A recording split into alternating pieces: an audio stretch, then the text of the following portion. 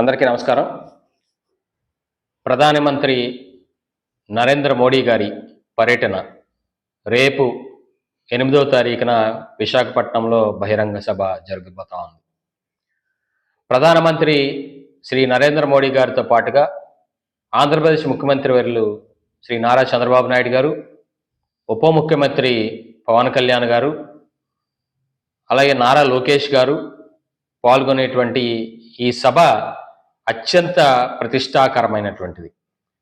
ఎందుకంటే ముఖ్యంగా అనకాపల్లి జిల్లా వాసులు మనం పెద్ద ఎత్తున ఈ సభకి తరలి వెళ్లాల్సినటువంటి అవసరం ఉంది. ఎందుకంటే రేపు మోడీ గారి చేతుల మీదుగా శంకుస్థాపన జరగబోయేటువంటి ప్రాజెక్టులు అనకాపల్లి జిల్లాలోనే ఉన్నాయి. అనకాపల్లి జిల్లాలో ఇక్కడ యలమంచిలి నియోజకవర్గం పూడిమడక దగ్గర ఉండేటువంటి ఎన్టీపీసీ ప్రాంగణంలో హైడ్రోజన్ ప్లాంట్ సుమారు 70,000 కోట్ల రూపాయల వ్యయంతో నిర్మించబోతా ఉన్నారు. అదేవిధంగా నక్కపల్లి దగ్గర బల్క్ డ్రగ్ పార్క్ 1439 కోట్ల రూపాయలతో రేపు శంకుస్థాపన చేయబోతా ఉన్నారు. ఇదే కాకుండా విశాఖపట్నం రైల్వే జోన్, ఎప్పటి నుంచో మనల్ని కలకంటున్నటువంటి రైల్వే జోన్ ఈరోజు ఈ కూటమి ప్రభుత్వం సారథ్యంలో దాన్ని మనందరం కూడా రేపు శంకుస్థాపన చేసుకొని రైల్వే జోన్ని కూడా కళను కూడా సార్థకత చేసుకునేటువంటి అవకాశం కలిగింది. మరి ఇన్ని ప్రాజెక్టులు మన అనకాపల్లి జిల్లావి ఉన్నప్పుడు మన అనకాపల్లి జిల్లా ప్రజలు దీని ద్వారా బెనిఫిట్ అవుతా ఉన్నప్పుడు మరి అనేక హైడ్రోజన్ ప్లాంట్ ద్వారా కూడా అనేక మందికి ఉద్యోగ అవకాశాలు కూడా లభించబోతా ఉన్నాయి. అంటే ముఖ్యంగా మన అనకాపల్లి జిల్లా వాసులందరికీ కూడా ఈ ఉద్యోగాలు లభించబోతా ఉన్నాయి. కాబట్టి అత్యంత మరి పెద్ద ప్రాజెక్టులు, ఇంత పెద్ద ఎత్తున ఇన్ని వేల కోట్ల రూపాయల ప్రాజెక్టులని ఈవేళ ఇక్కడ అనకాపల్లిలో ఏర్పాటు చేయడం అనేటువంటిది ఆనందదాయకం. మన ప్రజలందరూ కూడా ఈ ప్రాజెక్టుల్ని మరి ఇదివరకు మనం చూసాం. ఎన్నికల 7 నెలల క్రితమే మన అనకాపల్లిలో సీఎం రమేష్ గారి సారథ్యంలో ఏర్పాటు చేసినటువంటి బహిరంగ సభ నరేంద్ర మోడీ గారిది ఇక్కడే మన కసికోట మండలంలో తాళపాలెం సమీపంలో ఏర్పాటు చేసుకున్నాం.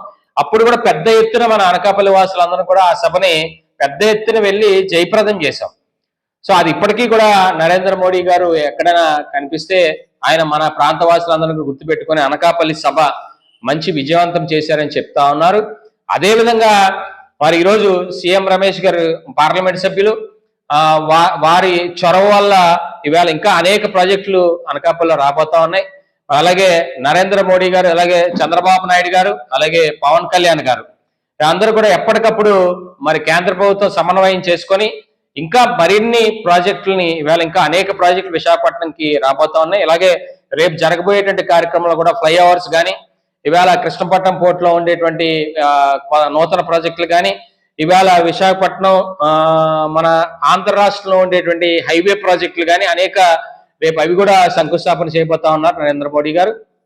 కాబట్టి ఇంత పెద్ద ఎత్తున ఈ కార్యక్రమాన్ని విశాఖపట్నంలోనే ఏర్పాటు చేస్తున్నందుకు మన తాలూకా బాధ్యత, మన ప్రాంత ప్రజలందరి తాలూకా బాధ్యత ఏంటంటే ఇన్ని ప్రాజెక్టులని మనకి అత్యంత సహకరించి ఈ ప్రాజెక్టులు మంజూరు చేయడంలో కీలక పాత్ర వహించినటువంటి నరేంద్ర మోడీ గారు మన ప్రాంతానికి విచ్చేస్తున్నప్పుడు మన గౌరవప్రదంగా వారిని మనం చూడడానికి, అలాగే వారిని గౌరవప్రదంగా రిసీవ్ చేసుకోవడానికి కూడా వెళ్లాల్సినటువంటి బాధ్యత మన మీద ఉంది. కాబట్టి తప్పకుండా రేపు పెద్ద ఎత్తున మనందరం కూడా వెళ్లాల్సిన అవసరం ఉంది. దానికి తగ్గ ఏర్పాట్లు మరి జిల్లా యంత్రాంగం కానీ, అలాగే రాష్ట్ర ప్రభుత్వం కానీ ఇప్పటికే చేసి ఉంది. అన్ని చోట్ల కూడా బస్సుల్ని అన్ని గ్రామాల్లోని, అలాగే సచివాలయ పరిధిలోని బస్సులను ఏర్పాటు చేయడం జరిగింది. ఆ బస్సుల్లో కూడా రూట్ ఆఫీసర్ని కూడా పెట్టడం జరిగింది. కాబట్టి ఎవరెవరు ఏ ప్రాంతాల్లో ఆ ప్రాంతాల్లో బస్సులు వస్తాయి, ఆ బస్సులు మధ్యాహ్నం మరి వేరంగా వెళ్లాల్సిన అవసరం ఉంది. ప్రధానమంత్రి ప్రోగ్రాం కాబట్టి స్పెషల్ ప్రొటెక్షన్ గ్రూప్స్ ఇవన్నీ కూడా అత్యధికమైన సెక్యూరిటీ ఉండడం వల్ల ముందుగానే ఆ ప్రాంగణంలోకి వెళ్ళడానికి కొన్ని సెక్యూరిటీ ప్రాబ్లమ్స్ ఉంటాయి. కాబట్టి మనం ఏదేమైనా 1:30-2 లోపు మనం engineering college, Andhra university engineering college grounds లోకి మనం చేరిపోవాలి. మన అనకాపల్లి నుంచి బయలుదేరినటువంటి బస్సులన్నీ కూడా ఇవాళ ఎన్ఏడి మీదుగా అక్కడ ఆంధ్ర యూనివర్సిటీ కాలేజ్ గ్రౌండ్స్ సమీపంలోనే మద్దిలపాలెం బస్ స్టాప్ దగ్గరే మన బస్సులన్నీ కూడా మన ప్రజల్ని దింపేస్తారు. దగ్గరలోనే పెట్టడం జరిగింది. అక్కడి నుంచి కరెక్ట్ గా 50 మీటర్ల దూరంలోనే సభా ప్రాంగణం ఉంది. కాబట్టి మనం ఎక్కువ దూరం నడవాల్సినటువంటి అవసరం కూడా లేదు. అట్లాగే ఇబ్బంది పడకుండా బస్సుల్లోనే మనం భోజన ఏర్పాట్లు కూడా అక్కడే చేస్తున్నాం. కాబట్టి భోజన ప్యాకెట్లు కూడా బస్సుల్లోనే ఏర్పాటు చేసి అక్కడ ఇవ్వడం, మంచినీరు కానీ ఇవాళ స్నాక్స్ రూపంలో కానీ ఇవన్నీ కూడా రూట్ ఆఫీసర్స్ బస్సుల్లోనే ఏర్పాటు చేయడం జరిగింది. అలాగే తిరిగి వచ్చేటప్పుడు లేట్ అయినప్పటికి కూడా 4 గంటలకు సభ మొదలయ్యి సుమారు 6 గంటల వరకు కొనసాగుతా ఉంది. 6 గంటలకల్లా పూర్తవుతుంది. కానీ వచ్చేటప్పుడు మళ్ళీ లేట్ అయినా ఇబ్బంది పడకుండా మళ్ళీ రాత్రి భోజన ఏర్పాట్లు కూడా చేయడం జరిగింది. వాటిని బస్సులోనే అందివ్వడం జరుగుతుంది. కాబట్టి రేపు ఏదేమైనా మన అనకాపల్లి జిల్లా తరపున మన ప్రజానీకం అంతా కూడా పెద్ద ఎత్తున ప్రధానమంత్రి నరేంద్ర మోడీ గారు, ముఖ్యమంత్రి నారా చంద్రబాబు నాయుడు గారు, ఉప ముఖ్యమంత్రి పవన్ కళ్యాణ్ గారు అందరూ కూడా పెద్ద ఎత్తున పాల్గొనేటువంటి బహిరంగ సభని పెద్ద ఎత్తున జయప్రదం చేయాలని మనస్ఫూర్తిగా కోరుకుంటూ, మరి ఇక్కడ రోడ్ షో అలాగే బహిరంగ సభ ఉన్నాయి. కానీ మన అనకాపల్లి జిల్లా వాసులందరూ కూడా రోడ్ షోకి వెళ్లాల్సిన అవసరం లేదు.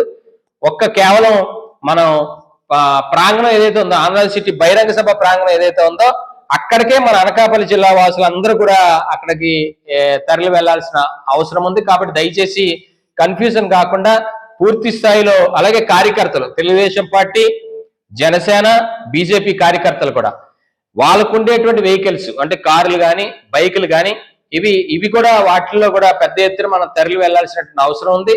కాబట్టి ఇవన్నీ కూడా కోఆర్డినేట్ చేసుకొని మనం సమన్వయం చేసుకొని ఈ కార్యక్రమాన్ని విజయవంతం చేయాలని మనస్ఫూర్తిగా మీ అందరినీ కోరుకుంటా ఉన్నాను.